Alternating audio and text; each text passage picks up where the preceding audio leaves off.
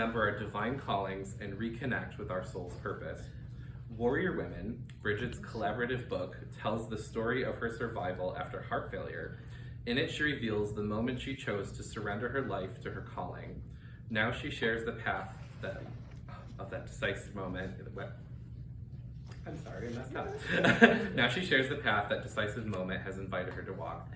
Bridget also has 2 podcasts, Passionate Pursuits, which tells the stories of individuals living activated lives, and Click Moments and Passionate Pursuits, The Unfolding, which she co-hosts with her partner, Beth Orr, an authenticity and intuition coach and guide. On it, they share intuitively guided conversations that bring joy and fresh perspective to listeners. So I give you Bridget. So Stephen should have known that in asking a Scorpio to talk about spiritual light, you were going to get a discussion of darkness and evolutionary destruction. So you're welcome. Happy light-filled season. Please know I'm going to use the word God, but it encompasses spirit, creator, eros, love, universe, and all of these are woefully inadequate. And another note, I'm an intellectual. This talk is quite intellectual, but then it gets erotic, so hang in there. I want to take you back 5 years to a moment in which I tore up my script and rewrote the plot of my life. I was lying in a sterile, private ER bed, EKG lines stuck all over my body. A flustered nurse was administering round after round of medicine in an attempt to control my massively elevated blood pressure. After the last round, she remarked that they couldn't safely give me another dose, so she was going to go check in with the doctor. To cut the tension, I cracked some weak joke about how glad I was to have secured life insurance before this whole fiasco went down. I knew. She knew. Neither of us was willing to say it, though. Death was visiting, and it wasn't at all what I expected. She felt cool, peaceful, maybe even welcoming. I realized, though this may sound odd, that I had a choice. Maybe she was giving me a choice.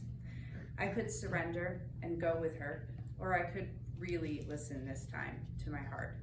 And my heart was begging me to trust my intuition, find my true voice, and finally become the lead in my own story. So I made a decision that rewrote my life. Or maybe I should say, I made a decision to follow the script that my higher self agreed to from the beginning. And I promised God that if I walked out of that hospital, I would do it all differently. So I was plunged into the darkness, but it wasn't what I had imagined. Eternity is the womb of God, or so my spiritual director posits. The thought of eternity used to, and honestly still sometimes does, send me into a panic.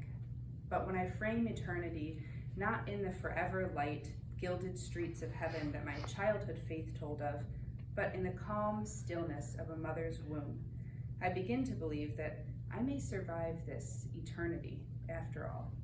What is nothing, anyway, but the infinite field of potential of all things? Now, I know this message is about your spiritual light, but of course, I want to be countercultural and start with the darkness. There are 3 main points I will touch on as we explore how you can activate, or if you're activated, amplify your spiritual light. 1, we must return to the darkness. 2, we must become enlightened. And 3, we must partner with spirit in taking action. When we talk of the telos, which is the aim or the goal of existence, the expression of God as love, or eros, is the filling of the metaphoric womb. And this generative action from the creation of the universe to the fertilization of an egg to even the interaction of subatomic particles results in a characteristic burst of light. Scientists have observed zinc sparks when a spermatozoa fertilizes an egg, and 2 protons colliding cause 2 photons, which are particles of light. We even use luminous language to describe immaterial things like the spark of imagination or a light bulb moment, a flashbulb memory, sparks flying when people fall in love, and so on. Oh, and let's not forget the big one, the Big Bang. In God and Autobiography is Told to a Philosopher, and if you do not own this book, please run, find yourselves a copy of it. It changed my life, and I've read it many times, and it has many notes in it. God says, I am exploding Both I as the universe and I as the mind and telos of the universe am struggling to create order and purpose and direction. I'll be quoting God from this book often during this message. God's description of the Big Bang is that God himself is exploding. And before that exploding, there was just serenity, darkness, infinite potential, and of course, a certain lack of order. Not because God was ever lacking, but because there was an imperative enlightening that had to take place. I want to propose then that all light emerges from darkness, and that all expression or explosion emerges from, first, the inspiration or taking in of spirit. The etymology of the word inspire gives us the gorgeous image of breathing into something. The word for breath, spirare, also being the root of the word spirit. So to be inspired is really, literally to be filled with divine breath.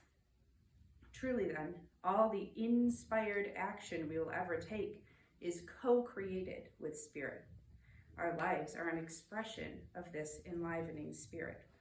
So if we're to create anything at all in this life, first we must find spirit. But where? Genesis 1:1-2 says, "In the beginning, God created the heavens and the earth was without form and void, and darkness was on the face of the deep. And the Spirit of God was hovering over the face of the waters." So the word for spirit here is the Hebrew word ruach, which is one of my favorite words, which means breath or wind. And later in the New Testament, the Greek pneuma is used for spirit, which also signifies breath.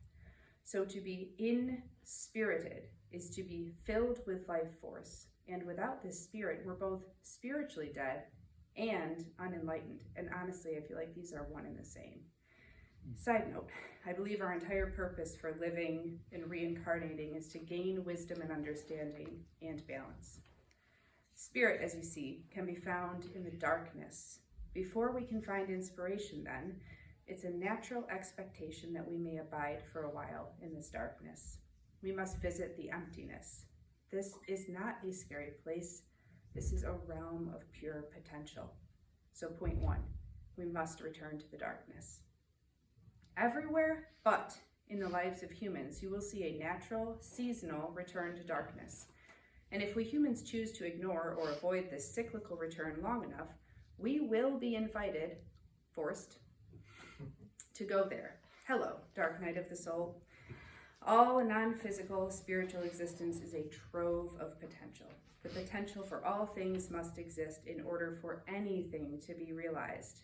And God says, in God Autobiography, the idea of a thing must come before the thing. And speaking of the positive and negative sides of God's self, yes, positive and negative sides of God's self, God says, the negative side is mainly the side of incompleteness that motivates the whole story. There's a real yin-yang dynamic here. The dark, feminine emptiness must be penetrated by the light, masculine energy in order to produce a completion or balance. So if we observe the qualities of the feminine or yin, silence, stillness, peace, cold, soft, passive, smooth, content, wet, spacious. This sounds remarkably like the darkness alluded to in Genesis 1, where the spirit was hovering over the waters. And by the way, the word for spirit is feminine as well. So here's where we begin to introduce the erotic nature of existence. God discusses the realization or actualization of all potential in the language of love. The constitution of the universe is altered by my love and by my being loved. The telos of the world is immanent and transcendent. It's immanent in the sense that the seeds of love are planted in the world itself, in the human heart, in people's animal nature. It is the driving force of sexuality, which has an analog even down to the molecular level. It is transcendent in that there's an outward pull towards the ideal, toward love of the highest kind. So there is the telos in the thing's nature, or the person's nature, pushing them forward. And then there's the telos as an ideal or an object of love pulling us forward. remember that love is what fully actualizes a thing. A person comes into full personhood only in a loving relationship, in loving and being loved. So, life is being drawn upward, or as we would say, evolving, toward a greater possibility of love. And God says the universe is one great act of love. The purpose of existence isn't to get to some final goal, to some accomplishment or some completion. The purpose of existence is to do, to become. Dwelling in the darkness doesn't just bring us closer to God, it brings us into God. It's a space in which we commune with the divine, in which we open to receive divine love, in which we are impregnated or enlightened by spirit. When we allow this light to enliven us, divine light is refracted through us. Though we are not the source, we become powerful conduits. So point 2, we must become enlightened. In this dark, receptive space, we are primed to ask ourselves, as I was in that sterile ER room, what is my purpose here? What am I even living for? God says the central question for the person is, what is my project? Why am I doing what I'm doing? The crucial dimension of God's story, and this is from God themselves, is our personal co-partnering with Spirit. So how do we become enlightened? We must allow ourselves to receive the limitless love that is both the ultimate goal and the force that holds together the fabric of the universe. And I know, it can be difficult to allow ourselves to be fully loved. After all, allowing love in means we are penetrated by a piercing light. We are fully seen and witnessed, and we get reflected back to ourselves. But honestly, anything that we hold as an obstacle to feeling loved is a burden that we allow. You have a beautiful soul. God loves you because you are a spark of the divine. God literally cheers for your soul to win its race of spiritual development and enlightenment. And in case you missed it, you didn't catch it, you are divine. God even says so. In part, things are expressive mediums for me. I relate in full intimacy to you as you experience yourself. So we're an expressive medium for God. Get this. God is expressing God's self through me, through you, through humanity. When we return to the womb, to the quiet stillness, and we allow Spirit to inspire us, we become fertile. We are born again as enlightened fountains of Spirit. We have become the light of the world. We shouldn't dwell forever in the darkness, of course, but we cannot become enlightened without re-entering it. And great news, this is a process that goes on forever, over and over and over. Existence is an infinite process. If God says the point of reality is to produce a complex, integrated whole, suffused with Spirit, reflecting a fully developed God, then I have to believe that as part of that story, and we are. The point for us is also to become a complex, integrated whole, saturated with Spirit, literally glowing beacons reflecting our fully developed highest selves. So, what does this all mean? I told you, I made a promise to God that if I walked out of that hospital, oh look, I did, I'm here, I would do it all differently. And I did. I spent years, 4 years to be exact, abiding in the darkness. But those years were the gestation period for the most incredible transformation. In hours, I went from heart failure to no signs of distress. In months, I quit my full-time job. In years, I left my church, read dozens of books, hired a personal coach, consciously uncoupled, came out, and did more personal growth and development than I imagined was humanly possible. Oh, and the good news. I found indescribable, life-changing love, too. Love that evolves and deepens as we support one another in becoming our highest selves. Before I entered my own darkness, my life was fraught with disharmony. Who I knew myself to be and the character I showed up playing in every theater of my life was different. At home, I could be a good, caring mother and wife, but I couldn't be gay. At church, I could wildly worship the God who has always been present for me, but I couldn't talk about mediumship or reincarnation. At work, I could lovingly serve my students, but I couldn't expose them to the realities outside their sheltered worlds. I knew my world was falling apart, but I fought so hard to keep it all together until my heart failed. Then I couldn't ignore the fragmented condition of my life anymore. So point 3, we must partner with Spirit in taking action. Once we're aware of the areas requesting our attention, it's time to ask Spirit to direct our aligned actions. I gladly accepted my invitation into the darkness. I could have accepted an invitation to death, but I chose the darkness instead. And your invitation is waiting, or maybe you're already there, fumbling for a sense of direction.